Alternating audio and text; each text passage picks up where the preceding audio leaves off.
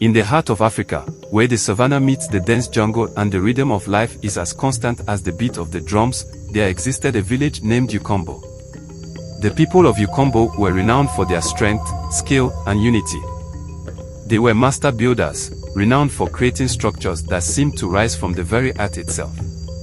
Yet, their village had one great challenge: the grand temple that had been promised to their ancestors, a monument that would honor the spirits of the land and solidify their place in history. The temple was to be built with the sacred stones of Ukombo, a rare material that could only be found deep within the forest, guarded by ancient spirits.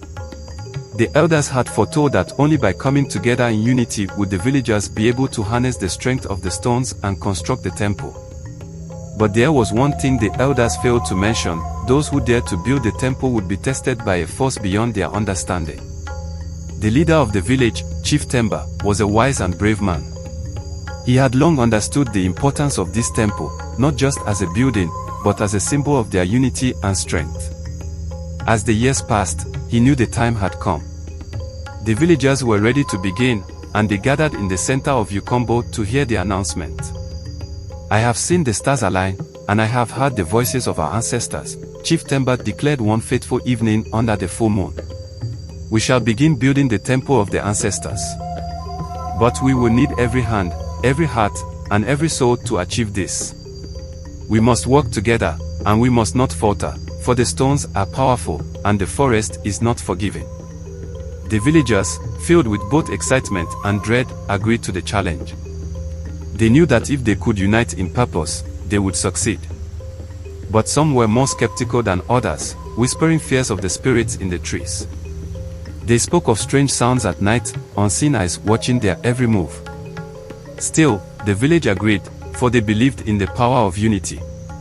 The first step in the construction was to gather the sacred stones. These stones were said to be imbued with the power of the earth, and only those who were truly worthy could touch them. The elders led a group of villagers into the deep jungle where the stones were said to be hidden. As they ventured further from the village, the air grew heavier, and an eerie silence descended upon them.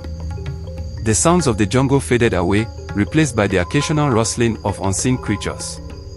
Suddenly, one of the villagers, Akin, a strong but nervous young man, tripped and fell, his hand brushing against the ground. To everyone's shock, the earth began to tremble. The tree swayed as if a powerful wind had swept through, but the air was still. Akin looked up, his eyes wide with fear. He felt as though something ancient and immense was watching them. "We must leave," Akin said, panic creeping into his voice. "The forest is alive. We are not welcome here." But the elders, calm and composed, urged him to remain steady. "This is the trial, Akin," the eldest elder, Nia, said. "The forest tests those who seek the stones. But remember, together, we are stronger than any spirit." Reluctantly, Akin stood and followed the group deeper into the heart of the jungle. It was then that they reached the clearing where the sacred stones lay, massive, glistening blocks, each one pulsating with a strange energy. The villagers marveled at the stones, but no one moved forward. "We must work together," Nia said. "We must touch the stones in unison. Only through unity will we have the strength to carry them back to Ukombo." As they laid their hands upon the stones, a low hum began to fill the air. The ground shook again, but this time it was not from fear, it was from a deep, resonant power that surged through the earth. The stones began to glow brighter, and the villagers felt a surge of strength and energy that they had never known before. They lifted the stones, moving as one. With great effort, they carried them back to Ukombo, where the construction of the temple would begin. But as they returned, the village was not the same. A darkness hung in the air. Strange sounds echoed in the night, whispers in the wind, heavy footsteps that seemed to follow them, shadows that moved just out of sight. The villagers could not shake the feeling that they were being watched. Fear began to grip their hearts, and whispers of doubt started to grow. Would they be able to finish the temple? Chief Temba called the villagers together once more. "The spirits are testing us," he said. "They want to see if we are truly united, if we can conquer our fears together. If we falter, the temple will never be completed, and the power of the stones will be lost to us forever." Determined, the villagers continued the construction, each day working harder and with more focus than before. But the spirits were relentless. Every night, the villagers were plagued with strange visions.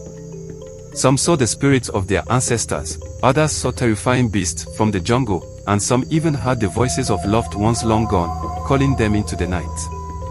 One evening, as the temple neared completion, the spirits revealed themselves in full force. A massive windstorm swept through the village, howling through the trees and causing the stones to tremble. The villagers could not continue, fear had overtaken them. The storm seemed to grow stronger, threatening to tear the village apart. It was then that Temba understood.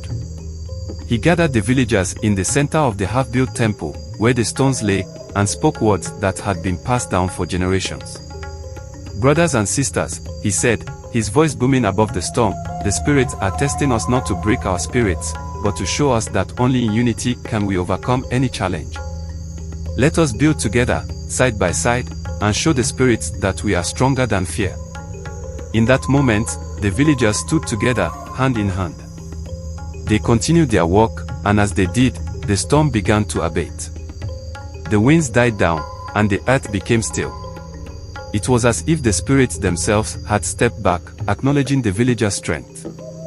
Finally, after days of tireless work, the temple of the ancestors was complete. It was a magnificent structure, carved from the sacred stones, rising high above the village. Its walls glowed with a soft, otherworldly light, and the air around it hummed with the power of unity. The villagers stood before it, exhausted but triumphant.